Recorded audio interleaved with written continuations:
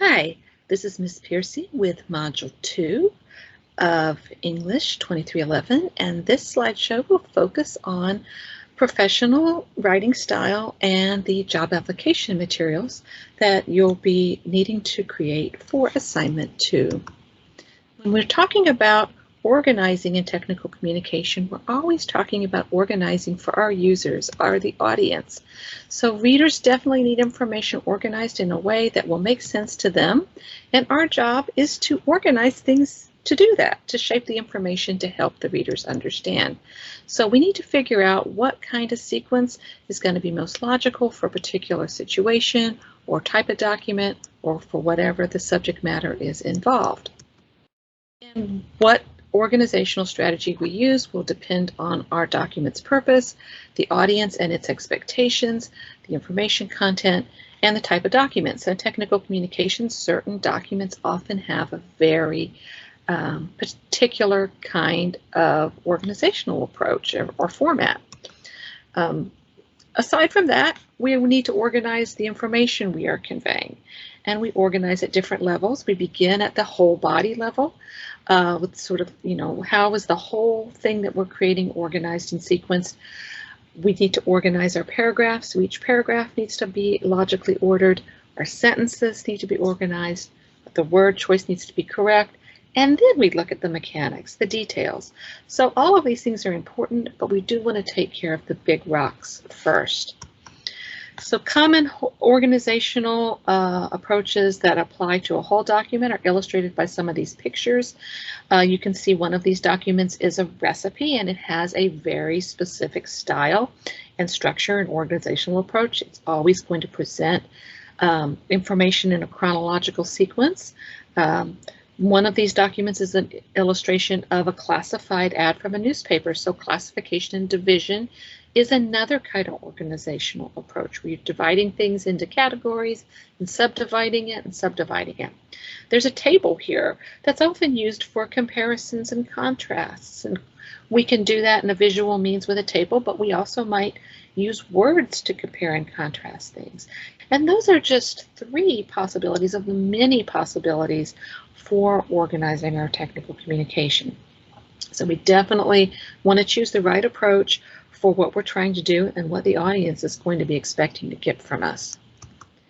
At the paragraph level, we're looking for certain things. First of all, we're looking for information to be broken down into parts that aren't too big, that are what we would call digestible. We're looking for each paragraph to lead off with a clear topic sentence that tells what the main point of that paragraph is. You may have learned that in English 1301 as well, but it's really important in technical communication. We want our paragraphs to be unified, which means that everything in that paragraph stays focused on a single topic. That's the topic that was introduced in the topic sentence. And if something is in a different topic, you probably need to start a new paragraph or move it to another paragraph. And within our paragraphs, we also want to use internal transitions to move us from one sentence or idea within a paragraph to another. Our sentences also need to have a kind of flow. So within the paragraph, we want to have flow as well as flowing from paragraph to paragraph. So to have flow, to have fluent sentences, we want to be careful not to repeat ourselves, so we combine related ideas. We want to have a varied sentence structure, not all short and choppy sentences, not all long and complicated. We want to kind of mix things up. We want to have a writing voice that sounds very natural and not artificial and overly formal. And we want to use active voice. So one problem with technical communication, a lot of people seem to think passive voice is somehow better or more professional. It's not. And here's what we mean by passive voice, is a sentence that does not put the person or thing doing the action at the beginning. So when you have a sentence that describes what has been happening to first and maybe uses something like by zombies at the end of it to describe who did it, that's passive voice. So we don't want to use that. We want a direct sentence that indicates who did what to whom in that sequence. It makes our writing clear and more quickly understandable. Also usually makes it more ethical if we're not obscuring the people who are responsible. Word level, there are things we want to aim for. These are our goals. We want concrete and specific word choices, and we want to use words that will be familiar to our audience. We want to be careful about certain things. Using I and we is appropriate if we are speaking as ourselves to someone else. Like in your first letter where you wrote me about yourself, you needed to say I. A lot of times it's appropriate to use you if you're communicating in a letter or email or memo with another person that you need to speak to. But you don't want to use those things if you are not in those situations. You don't want to overuse those things. And similarly, you don't want to overuse jargon or acronyms because those are things that can be barriers to readers who don't know what they mean. And things we definitely want to avoid: euphemisms, metaphors, and cliches. So don't bring things to the table. Well, unless it's Thanksgiving and you're bringing dessert. Introduce an idea or offer a suggestion. Be concrete and specific. We also want to be careful because we know we're writing for diverse audiences, so we want to be inclusive about our word choices. We want to avoid things that suggest sexism or bias or racism, obviously, and most of us know a lot of these things. We know to refer to people as firefighters and not firemen, for example. But we also want to be careful not to use word choices that would be hard for someone coming from another culture to understand. So that's another reason to avoid cliches and idioms. And to avoid sexist language in our everyday writing, try to use plural pronouns across the board. We know not to call everyone he, for example. These days, a lot of people like to use they in a generic situation, but then they mix and match that with singular pronouns, and that's usually not appropriate. So if you make everything plural across the board, people should bring their books, then you're avoiding sexism, you're avoiding problems with being overly binary, and you're being grammatical. So it usually works pretty well to be plural across the board. And if you don't know what I mean by that, post to the questions discussion forum and I'll be happy to explain a little more. The other thing about editing for technical writing is we want to be concise. We want to make sure our writing gets to the point quickly. So to do that, we need to have a clear idea about what we want to convey so we can stay focused on that. And we want to be precise in our word choices. So we write concisely by making sure we have our main point and purpose clearly in mind because we want to convey that. We need to focus on what the audience needs to know and leave out the stuff that's all TMI. We need to figure out what kinds of facts or information are important to emphasize, and if things are just sort of beside the point, we probably don't want to include that. And we want to make sure we don't lose, that we do maintain or add, if needed, the relationships that are conveyed between the different ideas or facts we're trying to give the reader. So some of these tips for concise writing apply to what we've already said before. We want to eliminate repetition, combine related ideas, use concrete and specific word choices. Other things we want to do: avoid a lot of first person, especially things like I think, I feel, it seems to me, stuff like that. Just say it. If it's coming out of your mouth, I know it's your thought or your feeling. So just get to that point quickly. And in general, it works better to frame things positively in terms of what you want people to do or what they need to know, in terms of trying to turn it around and being negative. So these are some basic concepts that will help you with concise writing, and you can read more about this in our textbook. The other stuff we want to talk about is job search stuff. And first of all, you don't start by writing your letter and resume. You start by evaluating what you have in terms of skills and aptitudes that you can put in your letter and resume. And you also want to do some background research into the job market. What kinds of skills, aptitudes, and experiences are people looking for in that specific occupation or in that employer's needs?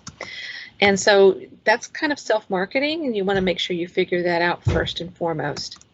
When we talk about job application materials for this class, we're primarily talking about a resume and a cover letter or letter of application.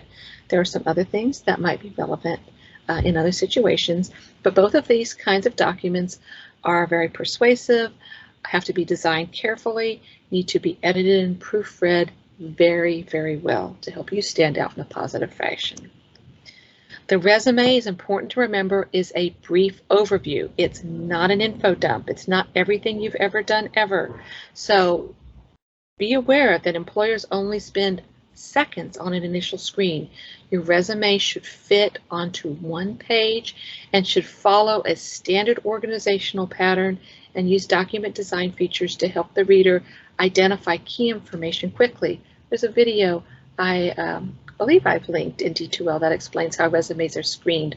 That might be interesting to you.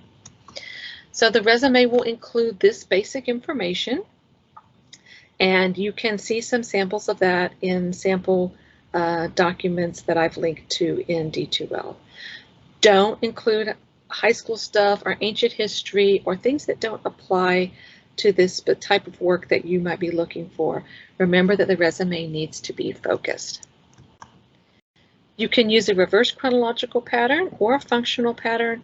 Pick what's best for the job and for your situation, but it is important to use a standard pattern to facilitate screening, and don't just go with a Microsoft Word template, and don't just try to wing it.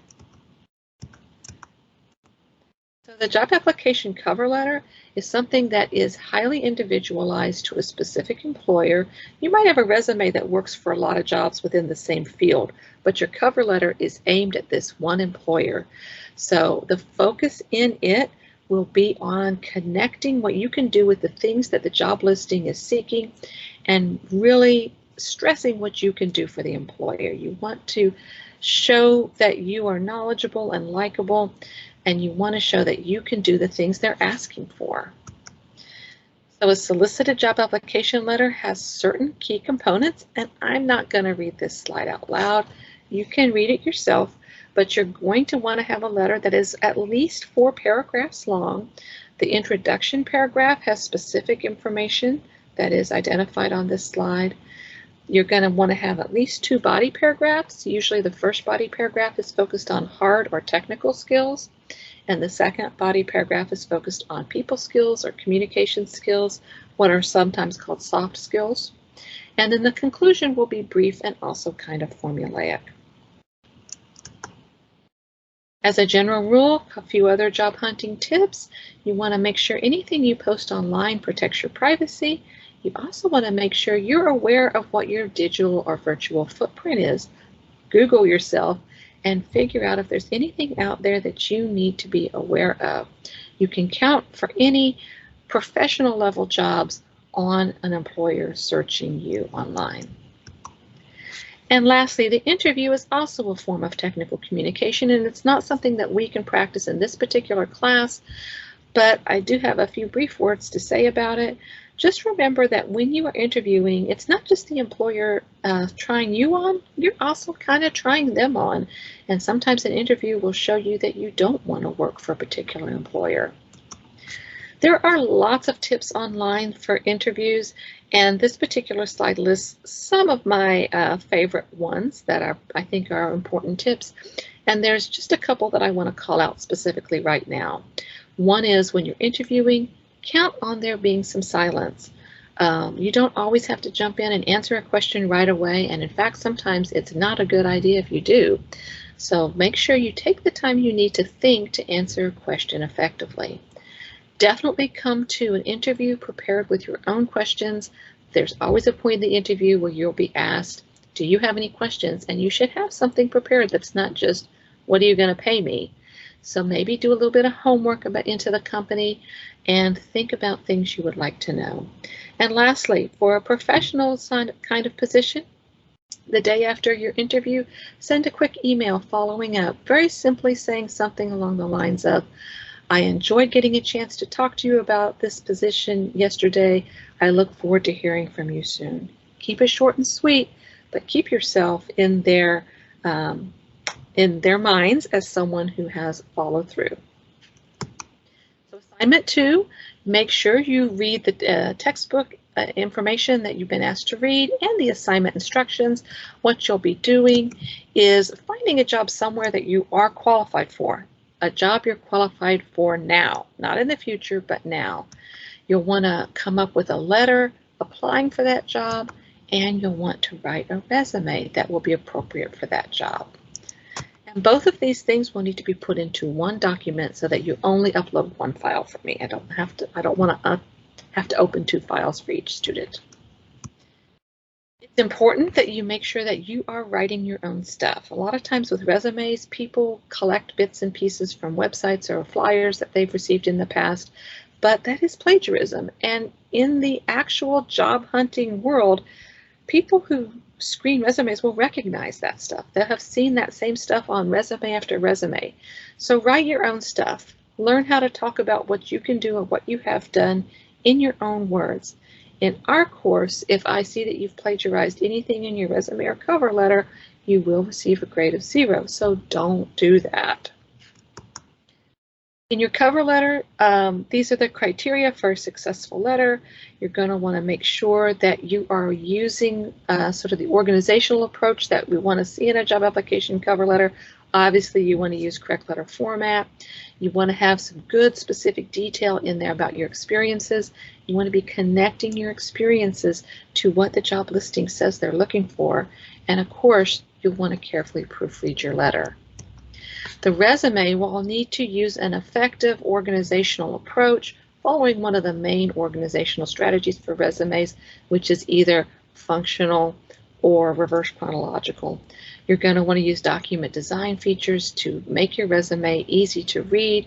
You'll want to make sure you're using lots of action verbs to indicate what your experiences and skills are, and you will definitely want to proofread your resume very carefully as well.